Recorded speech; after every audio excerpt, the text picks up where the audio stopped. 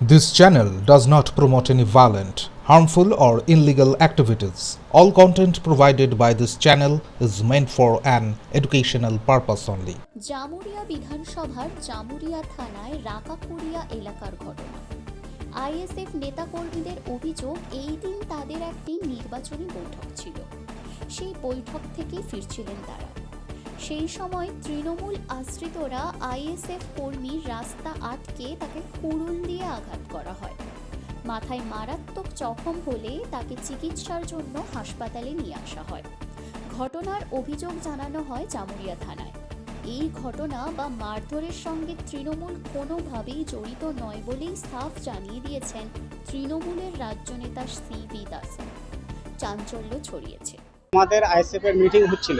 Meeting চলাকালীন meeting শেষ হওয়ার পর বাড়ি ফেরার পর একা পেয়ে ওকে কোড়লে করে আঘাত করেছে, একদম পুরো ফেটে গিয়েছে।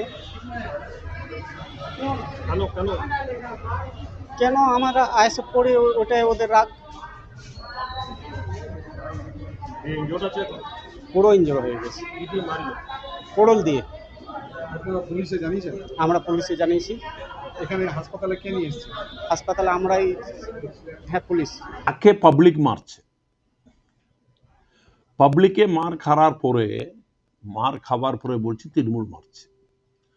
আমি এই বলবো, তৃণমূল মারছে তো কি তৃণমূল কংগ্রেসে कार्यकर्ताর হাতে কি তৃণমূলে ঝান্ডা ছিল? अगर तृणमूले झंडा থাকতাম তো বলতে পারে এই তৃণমূলে লোক মেরেছে। ये तो आम पब्लिक মেরেছে। आम पब्लिक सीपीएम और आईएसएफ इस पार्टी के देखते चाहे ना, তো এই জন্য আম পাবলিক রাগে মেরেছে। কিছু না কিছু আম পাবলিকের সঙ্গে ঝামেলা হয়েছে, ও ঝামেলাতে আম পাবলিক মারামারি করেছে, যার মধ্যে তৃণমূল কংগ্রেসের कोई হাত নেই। আমরা এই বলবো, পুলিশকে इसको আপনারা দেখুন, ওনাকে লোকাল প্রশাসন আছে, প্রশাসন দেখুন, তৃণমূল কংগ্রেসে कोई ইনভলভমেন্ট এই জায়গাতে নেই।